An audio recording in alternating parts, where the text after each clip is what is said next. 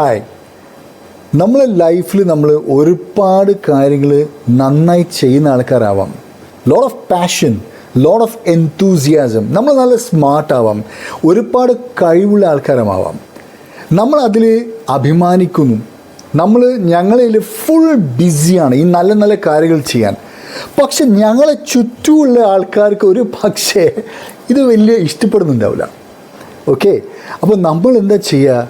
അയ്യോ, അവർക്ക് ഇഷ്ടപ്പെടുന്നില്ല, അപ്പോൾ ഞാൻ എൻ്റെതായ സ്റ്റാൻഡേർഡ് കുറച്ച് കുറക്കാം. അതായത് നമ്മൾ തലയിൽ കാണാൻ പറ്റാത്തൊരു കിരീടം ഞങ്ങൾ എന്തായാലും ഡെയിലി ഇട്ട് പോകുന്നുണ്ട്. അറിയാം നിങ്ങൾക്ക്, ആ കിരീടത്തിൽ ഒരുപാട് ജ്വല്ലറി ഉണ്ട്, gold and diamonds and precious stones. അതായത് നമ്മൾ ഒരുപാട് കഴിവുണ്ട്. ലാംഗ്വേജ് കഴിവുണ്ടാവും, ബിഹേവിയർ കഴിവുണ്ടാവും, ആറ്റിറ്റ്യൂഡ് കഴിവുകൾ, ഇതെല്ലാം കഴിവ് നിറഞ്ഞ ഒരു കിരീടം നമ്മൾ ഇട്ട് പോകുന്നതായിരിക്കും. പക്ഷെ ഇവന്മാരെ ഒന്ന് നമ്മളെ കൂടെ ഇരുത്താനും അവരെ കൂടെ നമുക്കൊന്ന് പോയി ഇരിക്കാൻ നമ്മൾ എന്ത് ചെയ്യും? ആ കിരീടം ഊരി മാറ്റും. എന്നാലേ അവർ നമ്മളെ ഉത്കോളിക്കും. അങ്ങനെ സംഭവിക്കുന്നുണ്ടെങ്കിൽ നിങ്ങളെല്ലാവരും ദയവ് ചെയ്ത് മനസ്സിലാക്കുക, ആ കിരീടം നിങ്ങൾ കഴിച്ച് അവിടെ പോയി ഇരിക്കേണ്ട കാര്യമില്ല.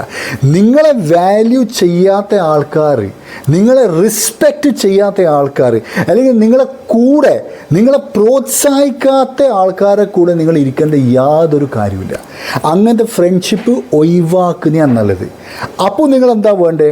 കിരീടം മാറ്റാതെ നല്ല ആൾക്കാർ, നിങ്ങളെ പ്രോത്സാഹിക്കുന്ന ആൾക്കാർ, നിങ്ങളെ കുഞ്ഞി വിജയങ്ങൾ ആഘോഷിക്കുന്ന ആൾക്കാർ തരുന്നു പോവുക, അവരെ കൂടി ഇരിക്കുക.